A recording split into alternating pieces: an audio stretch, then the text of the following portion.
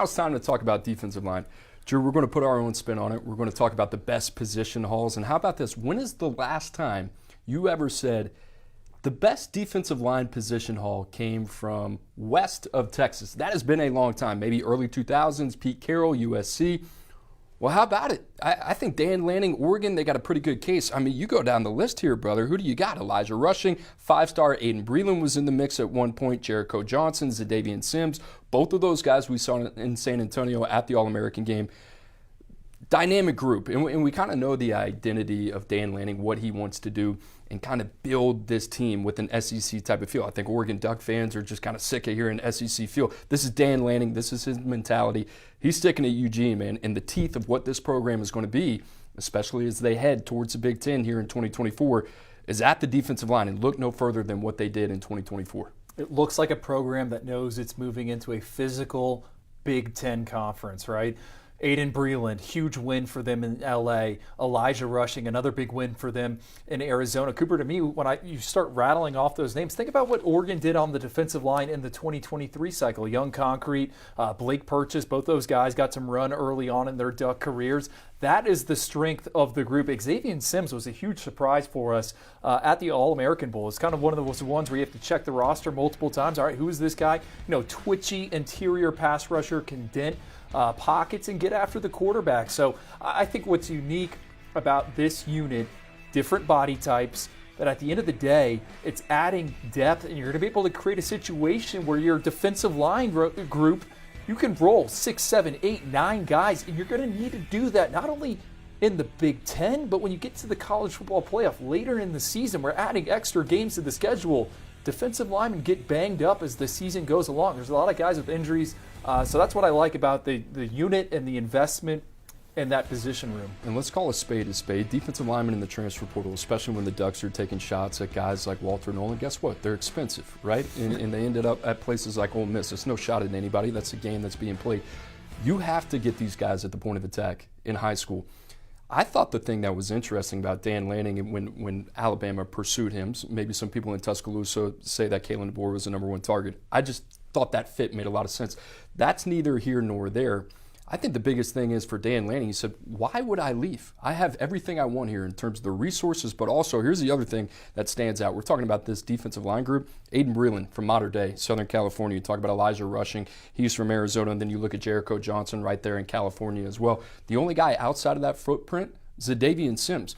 If USC, UCLA, who's got the number 83 ranked recruiting class, in Washington, where Jedd Fisch now finds himself in there after a couple weeks, aren't going to test you, and that's who you got to go through to go get the premium beef on the West Coast, why would I go anywhere else? To me, Drew, it seems like a perfect fit for what Dan Lanning's mentality, vision is for that place. Build up a front seven without a lot of resistance, quite frankly. Yeah, they're doing it in the 25 and 26 cycles as well. Tony Cumberland, kid out of Arizona, already committed to the Ducks. I mean, this isn't just a one-off. It seems like that's the vision we've set up. We have our plan in place. We're going to chase an Evan Stewart in the transfer portal. And when we're talking about Oregon, you also got to bring up the fact, Cooper, the quarterback position is figured out. And you mentioned guys being expensive in the transfer portal. We're moving towards an NFL model, right? You have to figure out where you don't want to invest. Oregon has the quarterback of the future in Dante Moore. They have Dylan Gabriel. They have it budgeted and allocated. They know what they're capable of doing. This, to me, looks like, all right, we want to get better on the defensive line. We want to have depth there, and we're going to build through the high school ranks. That is going to be our NFL draft. Free agency, transfer portal, we'll get the quarterbacks, we'll get the wide receivers, but at the point of attack, POA, defensive line from the high school. Ducks currently ranked number 3 per the 24/7 Sports composite team rankings. Guess what? That's good for best ever in Oregon history. Drew, another team that's getting it done at the point of attack. Guy that I used to work for, Mario Cristobal, he used to love recruiting offensive linemen. He also used to say, Coop, let's just hoard the big bodies, right? He's always been about that.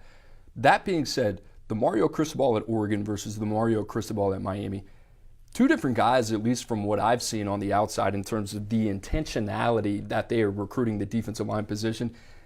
Drew, for me, one of the biggest hires over the last couple of years has been Mario Cristobal hiring the old Hall of Famer Jason Taylor, and a guy that has injected that room with a ton of top-end talent. I mean, let's start with the Canes. They flipped Justin Scott, the 5-star defensive lineman, top 15 player in the country, out of the state of Illinois from the Ohio State Buckeyes. Marquise Lightfoot, another guy out of the state of Illinois. He was knocking on the door of 5-star status.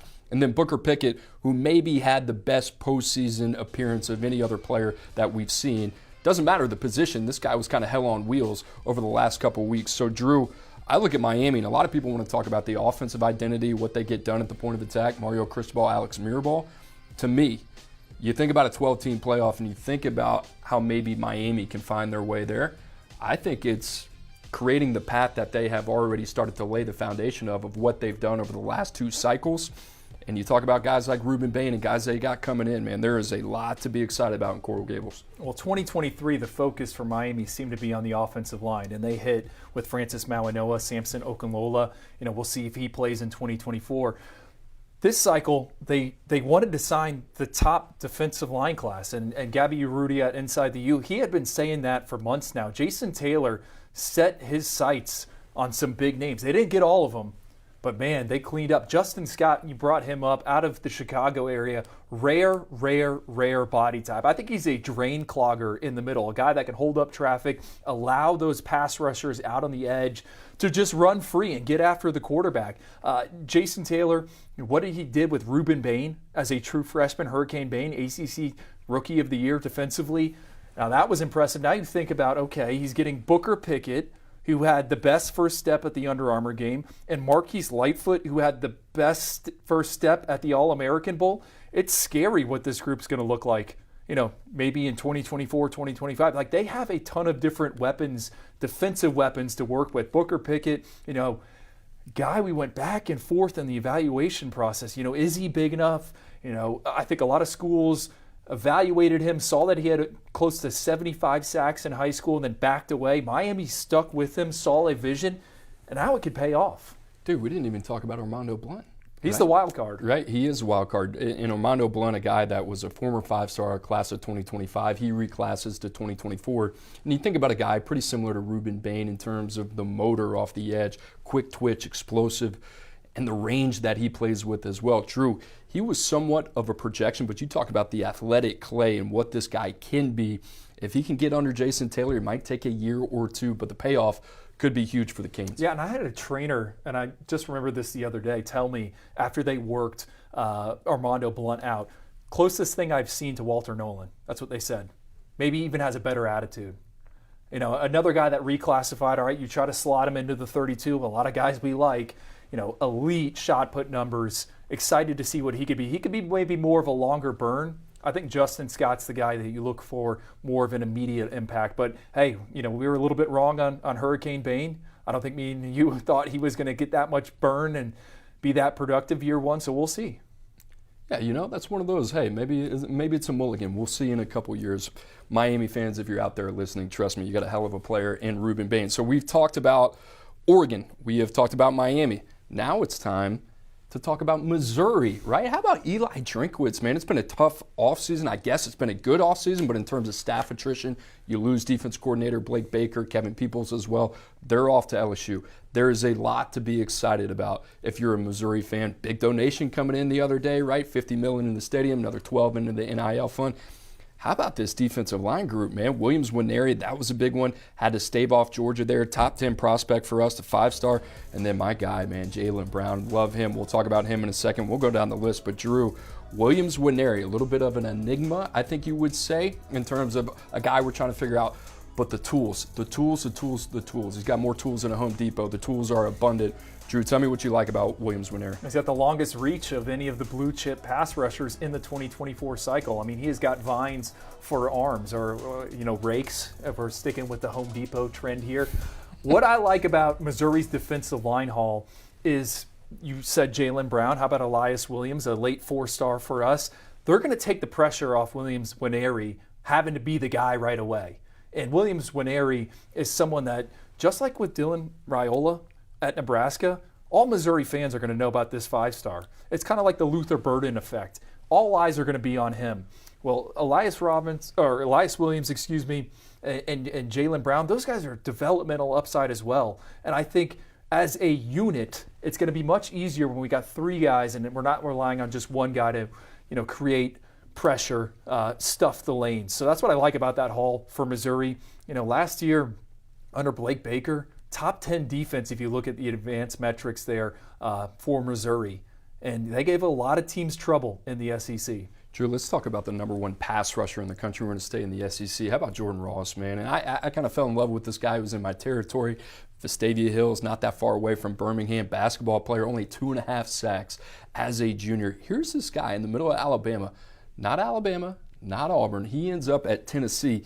He kind of goes wire to wire for us. We took a shot on him early. Kind of reminds me a little bit of Brian Burns, the All-Pro with the Carolina Panthers. Same frame, kind of coming out of American Heritage. I love this guy for so many different reasons. Reactionary athlete, ascending player as well. Starting to figure it out. Played around 230. I think it was like 210, 215 as a junior. But Drew, I don't think you can call a top 10 player in the country a steal. But it seems like this is the guy at a premium position that's just kind of been glossed over. It feels that way to me, that I think is going to have a huge payout for the Vols and Josh Heupel here. Do you feel like Nick Saban's kind of like losing his charm? Like, how did this guy in the Yellowhammer State not be turned into a priority for the Crimson Tide? I tweeted it out this morning. Golf clap for Tennessee for making the early identification on Jordan Ross and taking a chance on him. And that's what you need to do. Not a lot of guys, explosive, limber as him, can bend, win with speed and power. At the Under Armour game, at the Polynesian Bowl, there was multiple sequences of just strong play. Hawking guys down in backside pursuit, dipping around the corner, putting his hand up, batting a ball down at the line of scrimmage.